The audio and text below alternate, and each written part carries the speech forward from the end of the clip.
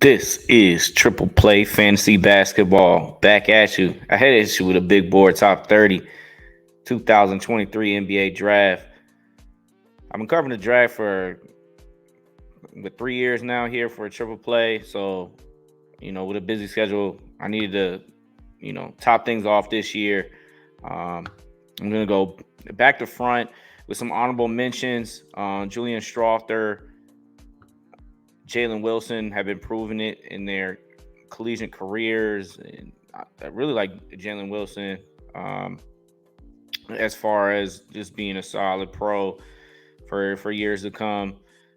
Not quite a first round pick, but somebody you want to look at. Jordan Walsh, I see as an ultimate role player in the league, and you can find him in the second round. Just a freshman. Julian Phillips is worth a pickup as well. Amari Bailey, I like him a lot better than others. I would use the back end of the first round on him right now. As a lefty, he's electric scoring, but you don't quite see him high in anybody's ranks. Marcus Sasser is a sure thing. Solid backup point guard. Terquavion Smith, he could be a six man of the year coming forward. Kobe Smith, a lot of people like him as a connector, Mr. Do It All type of player, winning a type of piece to a team. City Sissoko has great upside. Lefty gets it done. Gigi Jackson, who he moved up a year as far as him putting his name in the hat, and some people don't like maybe some of his character type thing, calling out the coaches, whatnot. But the thing is, he's a certified talent. He's worth a pick at 30. Down to the nitty gritty. Andre Jackson led his team to the national championship, and got it. Averages 6.8. You don't see so many people thinking about getting him in the first round, but he does everything else.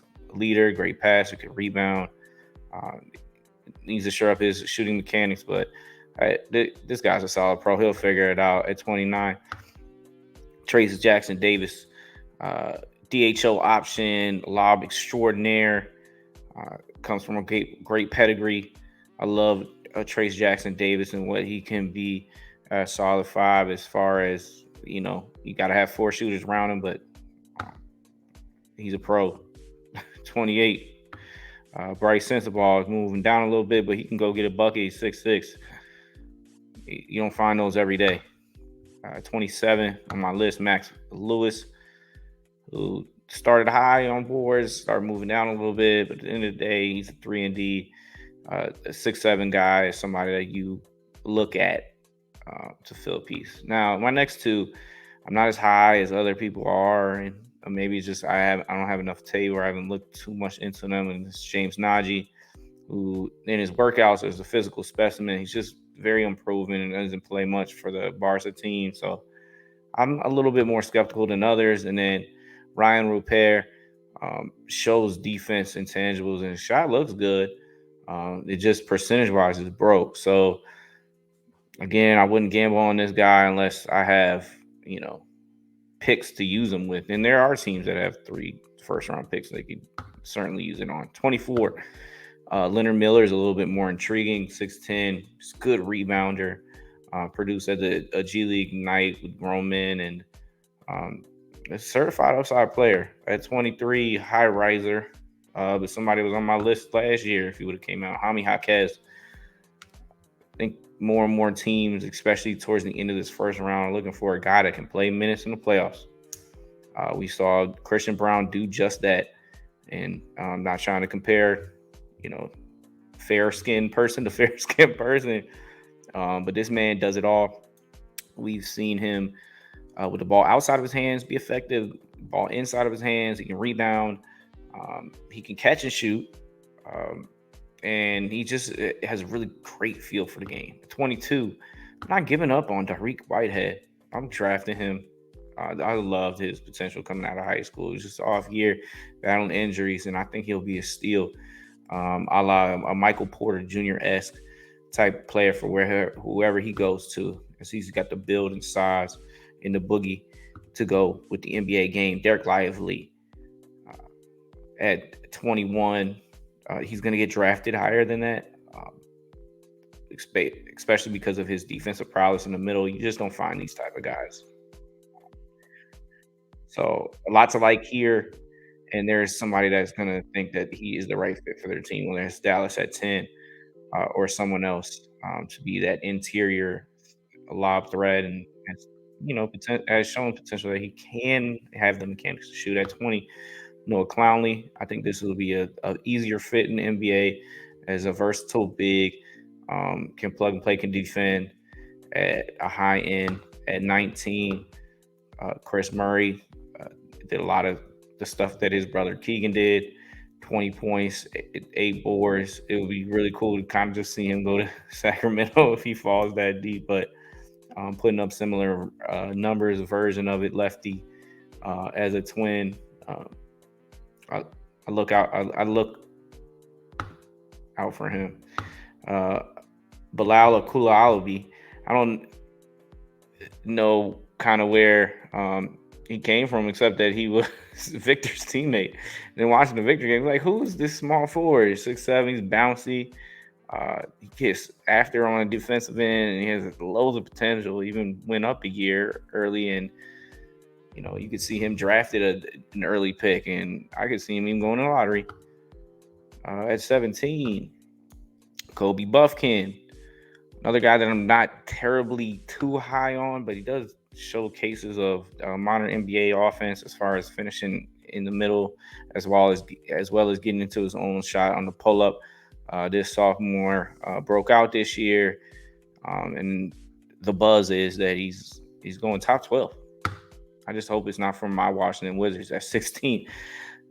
Jet Howard, I like his Michigan teammate a little bit better. That size is 6'8", 215. Gets lost a little bit on defense sometimes, but has the size and overall pedigree that I think he's going to be a solid pro down the line. I think it'll take some time, but I would like to get a wing like Jet Howard on my team. Now, Jalen Hood-Schifino, one day I got him, top 8 player. The other day the next I got him top 20. I don't really know how to feel about him, but I do like his potential.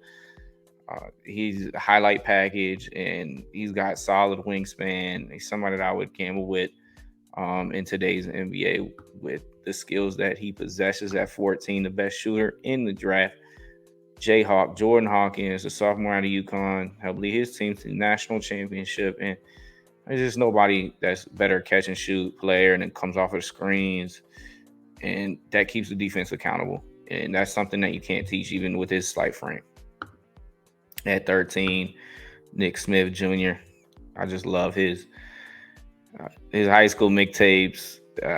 He boogies. He gets off the bounce shots. He can catch and move with the ball very well. He's got decent size, and he plays with defensive tenacity. And I think he really just had an off year with the whole knee issues, and I think that he's going to be a steal to whoever he goes with. I'm hoping it's OKC. At 12, Cason Wallace, the ball hawk himself. I love the fit for really whoever's team that decides to choose him. I think that they're going to get a winner in this player that can probe the lane and get others involved, as well as he hasn't reached his potential quite yet. And you can't go wrong with a Kentucky guard. At 11, Keontae George, one of the players that I think is a sure thing in his draft. His ability to knock shots off the dribble, I love it. His ability to compete, I love it. He's been a winner in his past, and Keontae George is one of those players because he can shoot well.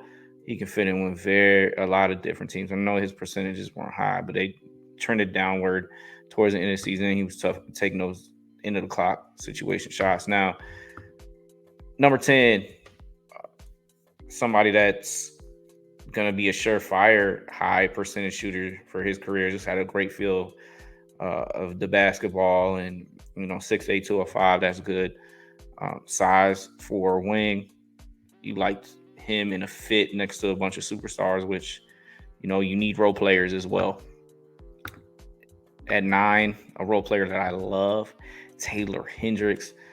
He gets in your face on defense. He will meet you at the rim. He will boom on you, and then he can catch and shoot.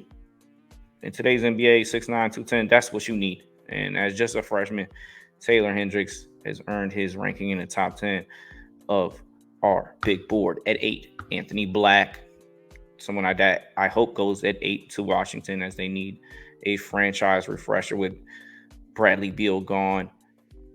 He gets after it defensively. You would like his assist to turnover ratio to improve, but you see the feel, you see the vision with his size. What's lacking is his shooting, and we hope that that improves. But just watching when he plays basketball, like, oh, that kid can play. So I'll go with him at 8. At 7, Jarris Walker, who I think has a really high ceiling with his feel, with his ability to plug and play. He's a strong defensive player. He's got a good mind for the game of basketball. He's been around some winning, and with Houston and Mount Vernon before that, or IMG, I should say. Excuse me.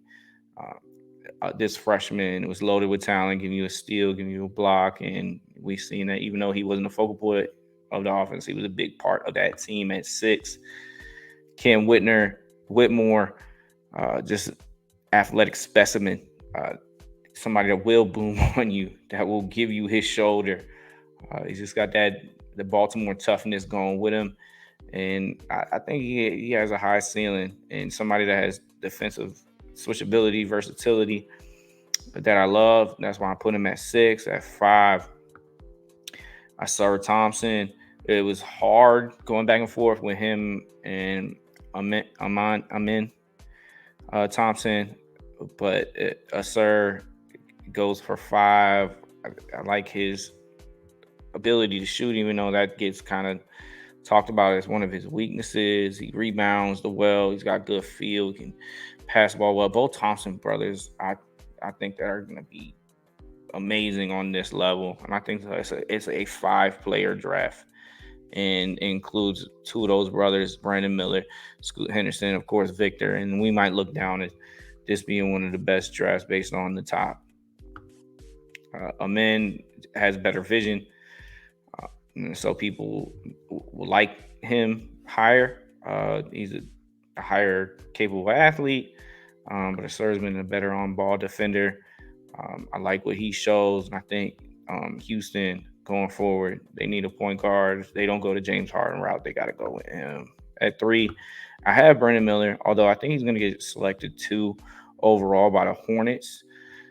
I just got to go Scoot. I've been going back and forth all year. Brandon Miller is going to fit in with more teams with his 6'8", 200. He can shoot. He doesn't let the ball stick. He moves it.